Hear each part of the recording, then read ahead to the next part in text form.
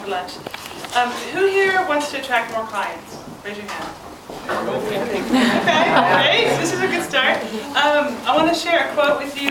You may have heard, thank you, by Albert Einstein. Insanity is doing the same thing over and over again and expecting different results. You heard that one? Yes. So, okay. So you're thinking, well, what does that have to do with marketing your business? If you're not willing to do something different and change something, you're not going to be able to attract more clients. So that's what I want to talk to you about today.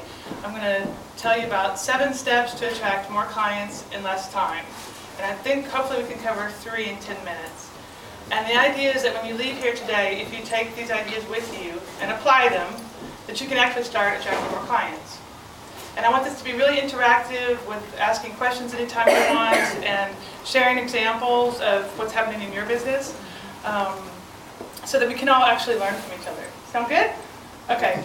Before I start with the first step, it's really important to mention that the idea is that I'm assuming you have a really great business model with which you're basing all your marketing upon.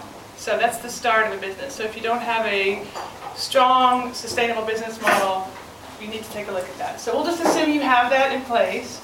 And the first step is how your thoughts and feelings can affect your marketing. And you might think, well, what does that have to do with it? That's all woo-woo stuff or something. But you know yourself if you're not feeling really great. But it can affect how you walk around, how you go out to business, how you talk with people. So there's 4 main points about this one.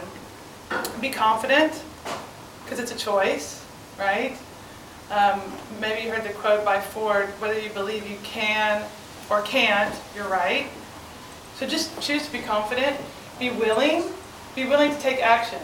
Sometimes when you're faced with so many options, you can just really shut down and choose nothing instead. So be willing to take action. Don't take anything personally. Has anyone ever done that before? When a client didn't call back or something happened, you're like, oh, well, they didn't like me, or, okay.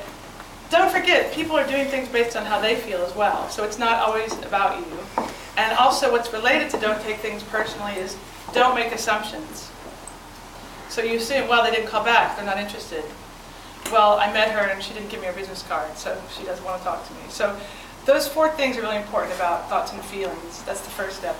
Does anyone want to share experience that they had where they fell into that trap of not feeling confident or not being willing to take action or making assumptions?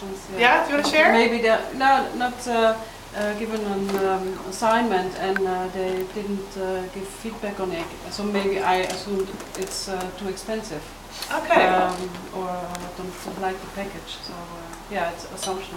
And what's great about this is if you want to know the truth, just ask. Yeah.